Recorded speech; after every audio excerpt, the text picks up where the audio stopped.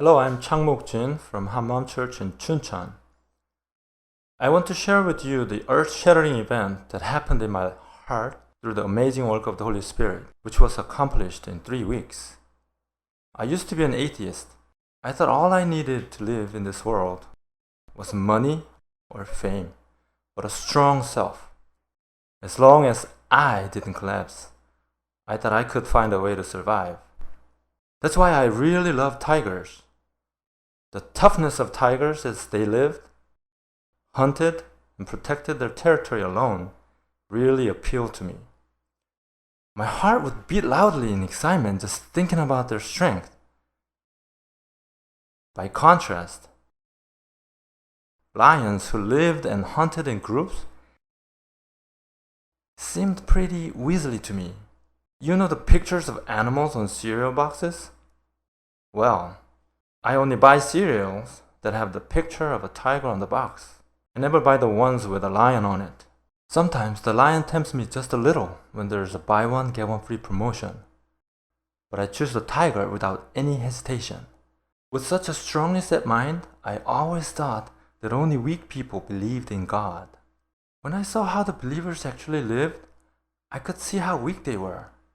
People say that they seek God when they get dejected or feel helpless, but I've never tried to seek God even during the rough times I've had in my life. As you can see, I had no interest in God. I was even less interested in church.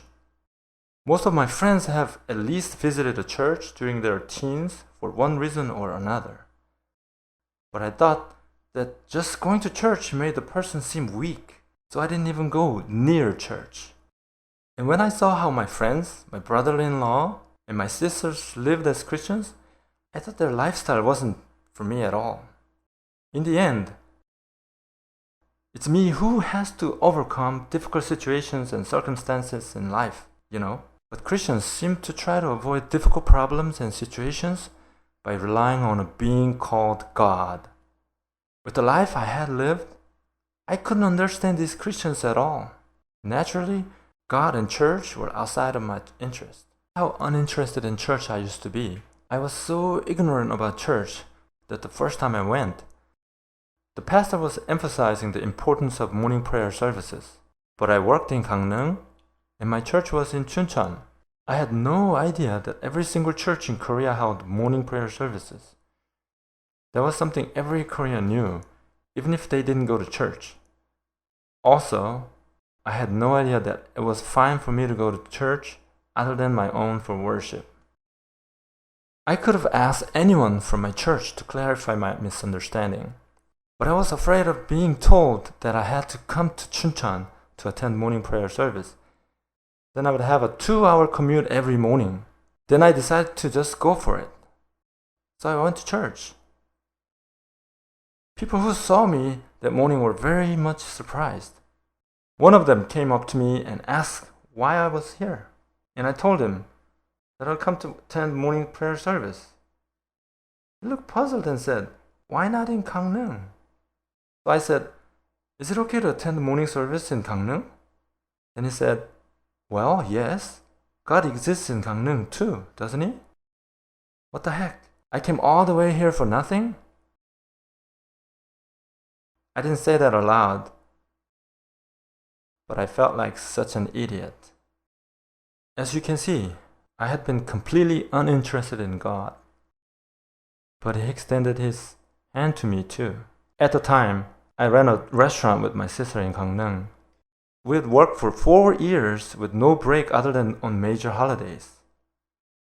I really wanted a break. It was all I could think about. That's when my mother encouraged me to go to church. Normally, I wouldn't have even considered it. But at the thought of being able to take a break on the weekend, I immediately agreed to go. Of course, I had no desire to go to church. I thought I would just sit there for a short time and then visit my friend. I promised my mom that I would attend full service, but on my way to church, I changed my mind and insisted on meeting my friend first. I won the argument, so I dropped off my mother at the church and headed to Wonju, where my friend lived. I hadn't had this kind of freedom in 4 years. I lit a cigarette turned up the stereo, and sped across the highway. But it was strange. I should have been happy and excited, but I felt burdened, like I was doing something very bad. That was just the beginning. Strange things kept happening after that. While I was drinking with my friend, I suddenly blurted, "What if God exists?" We hadn't been talking about anything related to God, but I kept mentioning God not once, but several times. I couldn't figure out why. You see, we've been friends for 20 years. We had never talked about God before, not even once. Conversations that would have been unimaginable at the time kept being exchanged between us. We finally passed out around 3 a.m. after drinking and talking. Then I suddenly woke up at 6 in the morning. I had drunk a lot, but I didn't have a headache at all, and I couldn't go back to sleep. I tried to wake my friend up, but he wouldn't budge. So, I just went to church because I really had nothing else to do.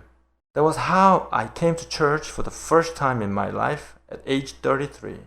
I managed to sit at the very back with a heavy scowl on my face. It was my first time at church, first time sitting in the sanctuary, and first time listening to praises. The tears flowed endlessly from my eyes. I thought you cried when you were really happy or sad, but I was crying even though I wasn't feeling anything. I had never cried so much before in my life, but the praise song title was Our General Jesus Christ.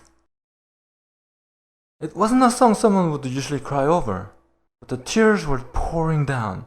I had to sit there till sermon time. This was how my first service went. And I heard the gospel. I heard that Jesus rose from the dead. Resurrection? I knew about resurrection. They released a song called Yeah. Resurrection is one of Korea's most famous rock bands. And resurrection is what happens to an athlete who recovers from a career slump. But the sermon was saying about that a person had died and risen from death. It was the first time I had heard that, and it was really shocking to me. Not because I believed what I've heard, but because I began to think that if the resurrection was real, then God must exist. The thought came as a huge shock to me. The resurrection threw all my values into chaos. I had come to church with no real reason, and if I had been told to just believe, I wouldn't have listened. But I was being told that I could believe God through specific evidence. So I decided I would search for the facts for exactly 1 month. But as I listened and thought about the resurrection more, I realized that it was not something I could believe. How could I believe that someone was raised from the dead without actually seeing it happen? There was absolutely no one in the world who had conquered death. So why was I being told to believe something that could never happen in this world without actually witnessing it? I couldn't understand at all. However, if Jesus' resurrection was truly a fact, then it was certain that God exists. But I couldn't believe in the resurrection and felt very frustrated. You see, I'm a very impatient person.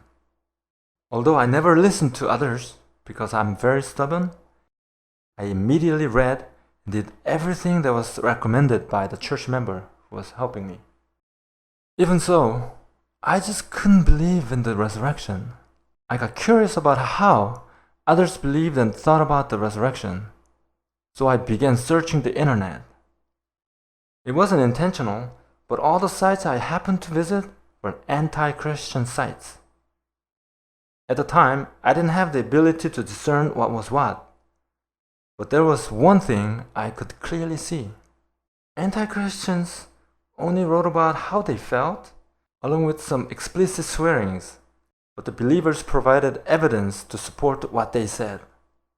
For example, about Moses parting the Red Sea, the anti-Christians commented, "Well, did you see it happen?"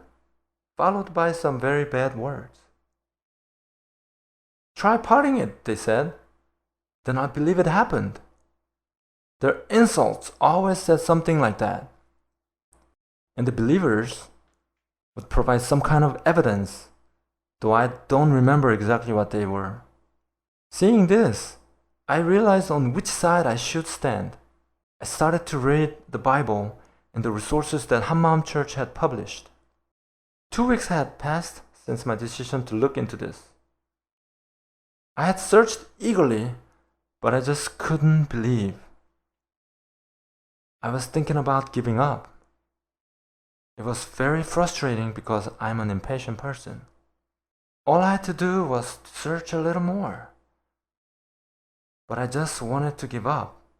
But I wanted to go to church one last time, so I went.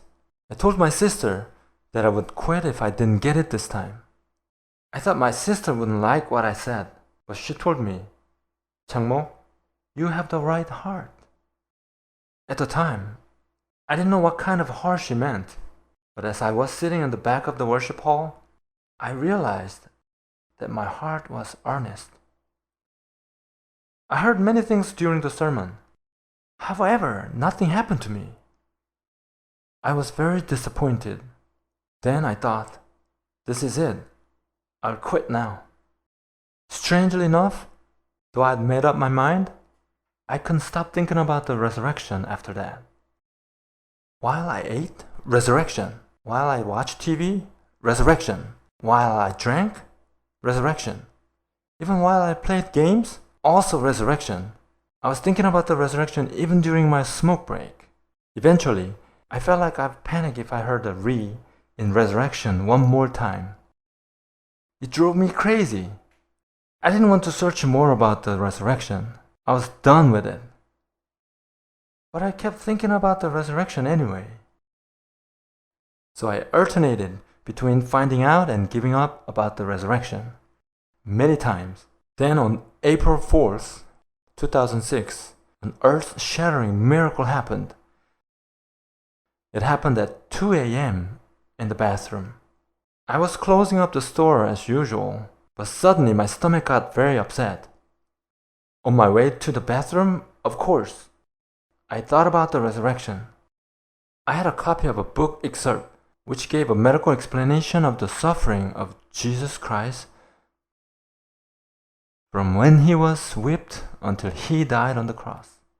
I took that book to the toilet. At first, I read it without much thought.